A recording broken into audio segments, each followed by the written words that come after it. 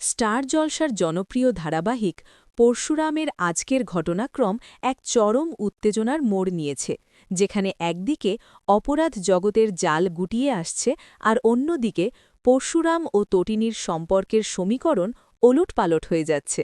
গল্পের শুরুতেই দেখা যায় পরশুরাম এক প্রকার বাধ্য হয়েই তটিনীকে নিজের সাথে দড়ি দিয়ে বেঁধে বাইকে করে নিয়ে যাচ্ছে, যা তাদের মধ্যকার বর্তমান পরিস্থিতির জটিলতাকে স্পষ্ট করে। অন্যদিকে মায়া মোহিত স্যারের থেকে নির্দেশ পায় সৌরভকে তুলে নিয়ে আসার জন্য। মায়ারা কৌশলে বিজিতকে তুলে নিলেও সৌরভকে তারা ছাড়েনি।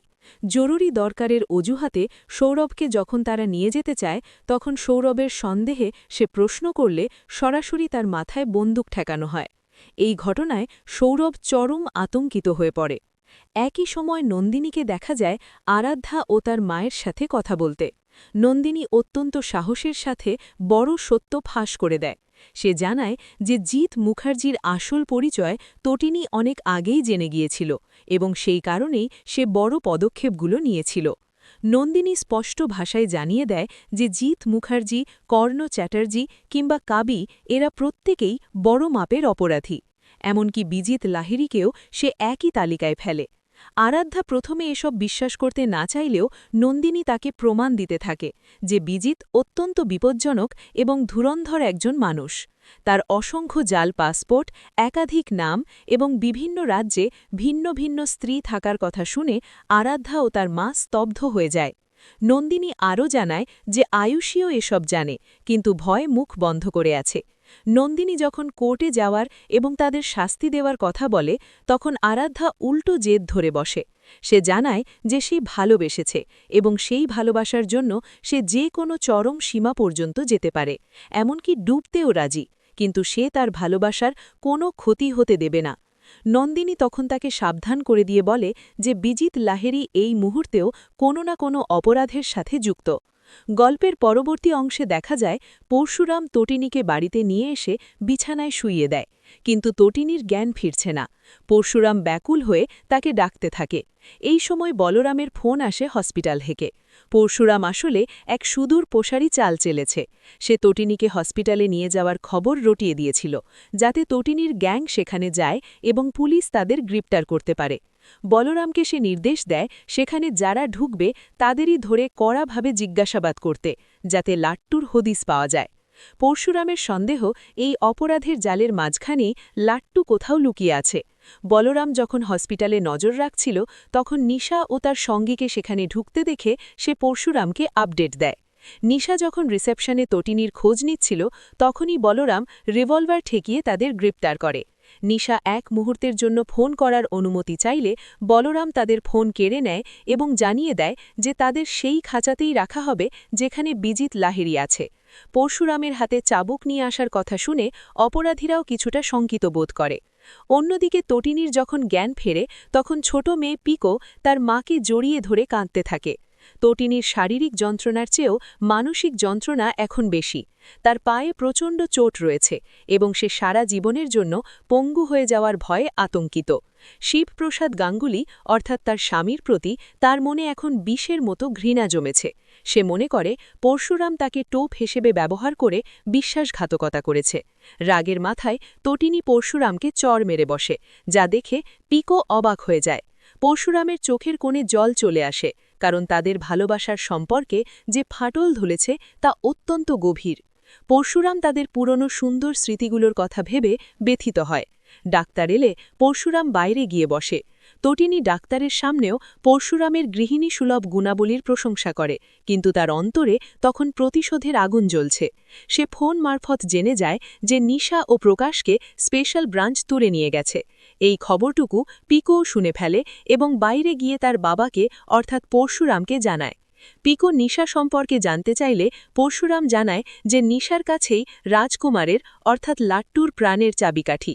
মেয়ে তার ভাইকে ফিরে পাওয়ার জন্য ব্যাকুল হয়ে পড়ে এবং বাবাকে জড়িয়ে ধরে কাঁদতে থাকে। এভাবেই আজকের পর্বটি শেষ হয়।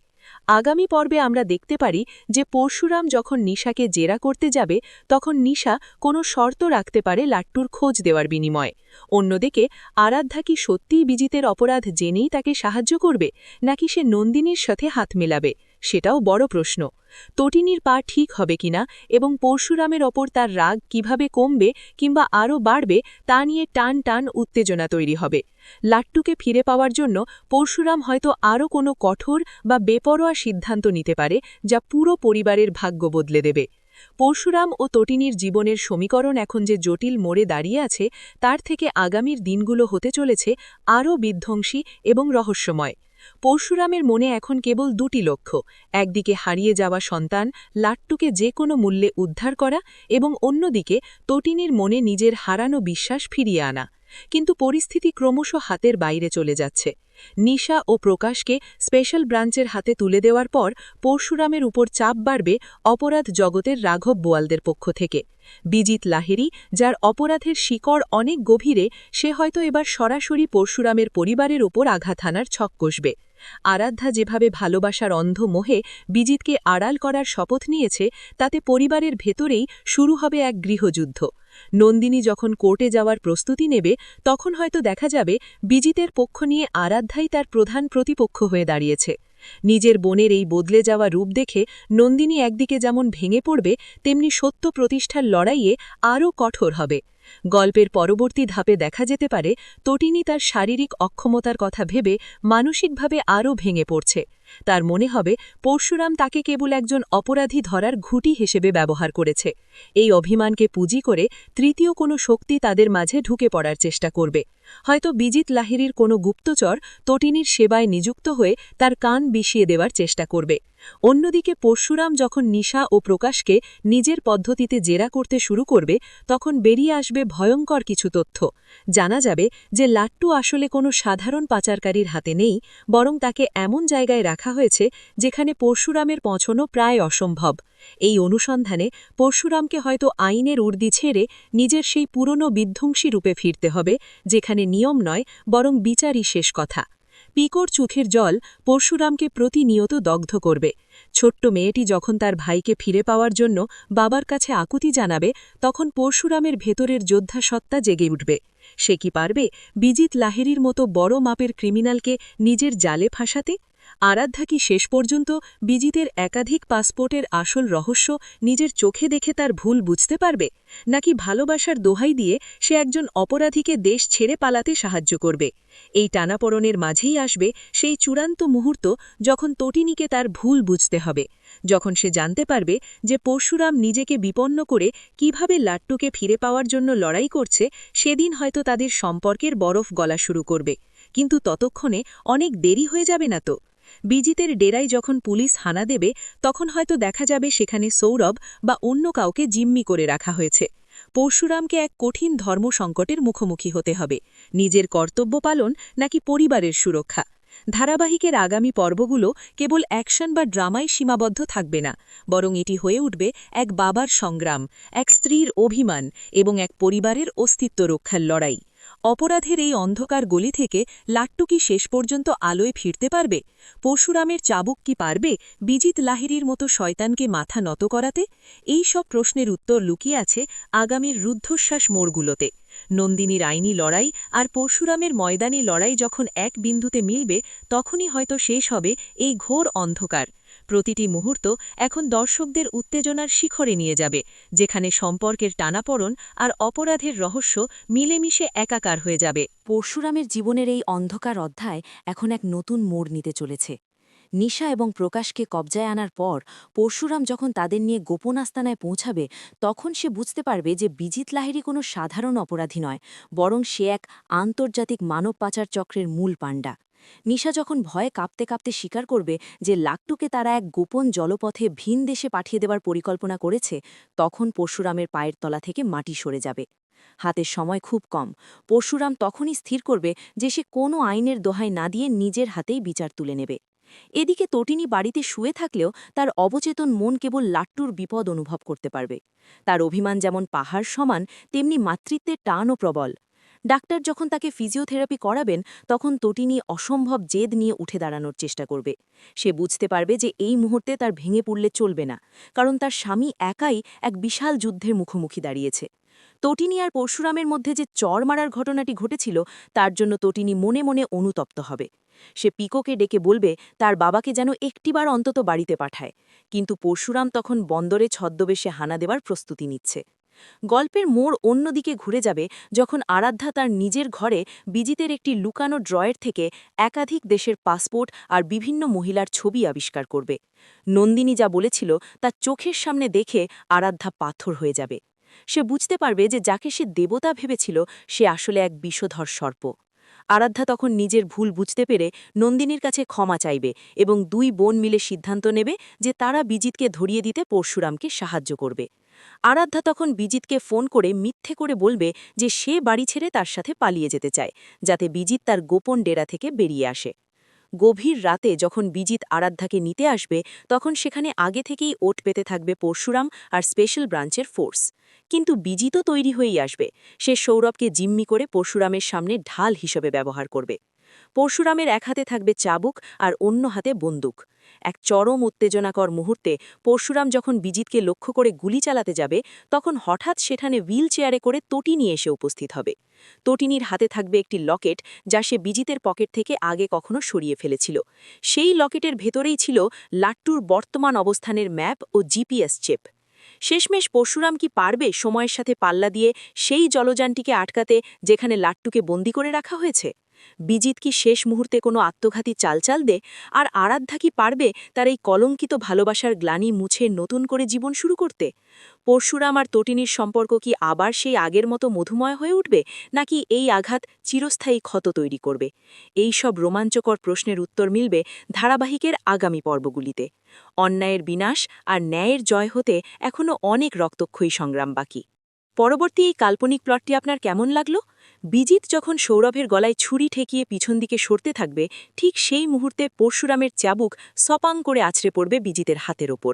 ব্যথায় আর্তনাদ করে ছুরিটা ফেলে দিতেই পরশুরাম এক লাফে তার টুটি চেপে ধরবে।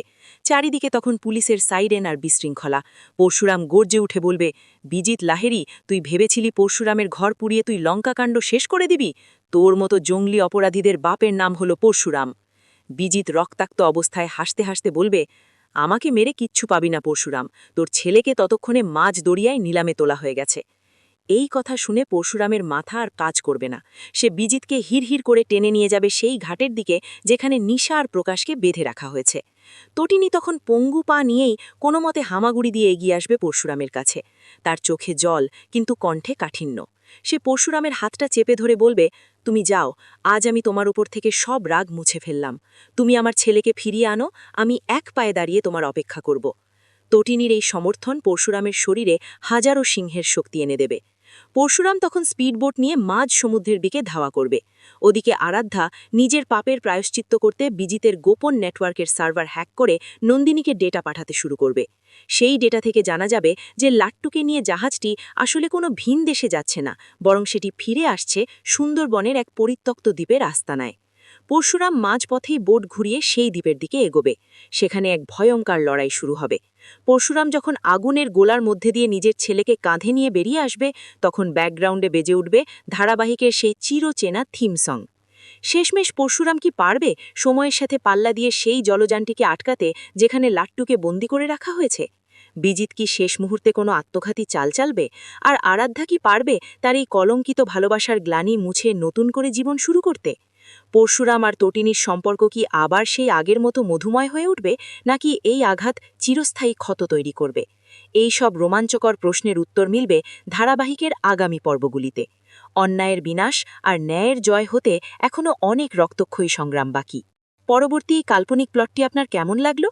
বিজিত যখন সৌরভের গলায় ছুরি ঠেকিয়ে পিছন দিকে সরতে থাকবে ঠিক সেই মুহূর্তে পরশুরামের চাবুক সপাং করে আছড়ে পড়বে বিজিতের হাতের ওপর। ব্যথায় আর্তনাদ করে ছুরিটা ফেলে দিতেই পরশুরাম এক লাফে তার টুটি চেপে ধরবে। চারিদিকে তখন পুলিশের সাইরেন আর বিশৃঙ্খলা। পরশুরাম গর্জে উঠে বলবে, বিজিত লাহেরি, তুই ভেবেছিলি পরশুরামের ঘর পুড়িয়ে তুই লঙ্কাকাণ্ড শেষ করে দিবি? তোর মতো জঙ্গলি অপরাধীদের বাপের নাম হলো পরশুরাম। বিজিত রক্তাক্ত অবস্থায় হাসতে হাসতে বলবে, আমাকে মেরে কিচ্ছু পাবি না পরশুরাম, তোর ছেলেকে ততক্ষণে মাঝ দরিয়ায় নিলামে তোলা হয়ে গেছে। এই কথা শুনে পরশুরামের মাথা আর কাজ করবে না। সে বিজিতকে হিড়হিড় করে টেনে নিয়ে যাবে সেই ঘাটের দিকে যেখানে নিশা আর প্রকাশকে বেঁধে রাখা হয়েছে। তটিনী তখন পঙ্গু পা নিয়েই কোনোমতে হামাগুড়ি দিয়ে এগিয়ে আসবে পরশুরামের কাছে। তার চোখে জল, কিন্তু কণ্ঠে কাঠিন্য। সে পরশুরামের হাতটা চেপে ধরে বলবে, তুমি যাও, আজ আমি তোমার ওপর থেকে সব রাগ মুছে ফেললাম। তুমি আমার ছেলেকে ফিরিয়ে আনো, আমি এক পায়ে দাঁড়িয়ে তোমার অপেক্ষা করব। তটিনীর এই সমর্থন পরশুরামের শরীরে হাজারো সিংহের শক্তি এনে দেবে। পরশুরাম তখন স্পিডবোট নিয়ে মাঝ সমুদ্রের দিকে ধাওয়া করবে। ওদিকে আরাধ্যা নিজের পাপের প্রায়শ্চিত্ত করতে বিজিতের গোপন নেটওয়ার্কের সার্ভার হ্যাক করে নন্দিনীকে ডেটা পাঠাতে শুরু করবে। সেই ডেটা থেকে জানা যাবে যে লাট্টুকে নিয়ে জাহাজটি আসলে কোনো ভিন দেশে যাচ্ছে না, বরং সেটি ফিরে আসছে সুন্দরবনের এক পরিত্যক্ত দ্বীপের আস্তানায়। পরশুরাম মাঝপথেই বোট ঘুরিয়ে সেই দ্বীপের দিকে এগোবে। সেখানে এক ভয়ঙ্কর লড়াই শুরু হবে। পরশুরাম যখন আগুনের গোলার মধ্যে দিয়ে নিজের ছেলেকে কাঁধে নিয়ে বেরিয়ে আসবে, তখন ব্যাকগ্রাউন্ডে বেজে উঠবে ধারাবাহিকের সেই চিরচেনা থিম সং। শেষমেশ পরশুরাম কি পারবে সময়ের সাথে পাল্লা দিয়ে সেই জলযানটিকে আটকাতে যেখানে লাট্টুকে বন্দি করে রাখা হয়েছে? বিজিত কি শেষ মুহূর্তে কোনো আত্মঘাতী চাল চালবে? আর আরাধ্যা কি পারবে তার এই কলঙ্কিত ভালোবাসার গ্লানি মুছে নতুন করে জীবন শুরু করতে? পরশুরাম আর তটিনীর সম্পর্ক কি আবার সেই আগের মতো মধুময় হয়ে উঠবে, নাকি এই আঘাত চিরস্থায়ী ক্ষত তৈরি করবে? এই সব রোমাঞ্চকর প্রশ্নের উত্তর মিলবে ধারাবাহিকের আগামী পর্বগুলিতে। অন্যায়ের বিনাশ আর ন্যায়ের জয় হতে এখনও অনেক রক্তক্ষয়ী সংগ্রাম।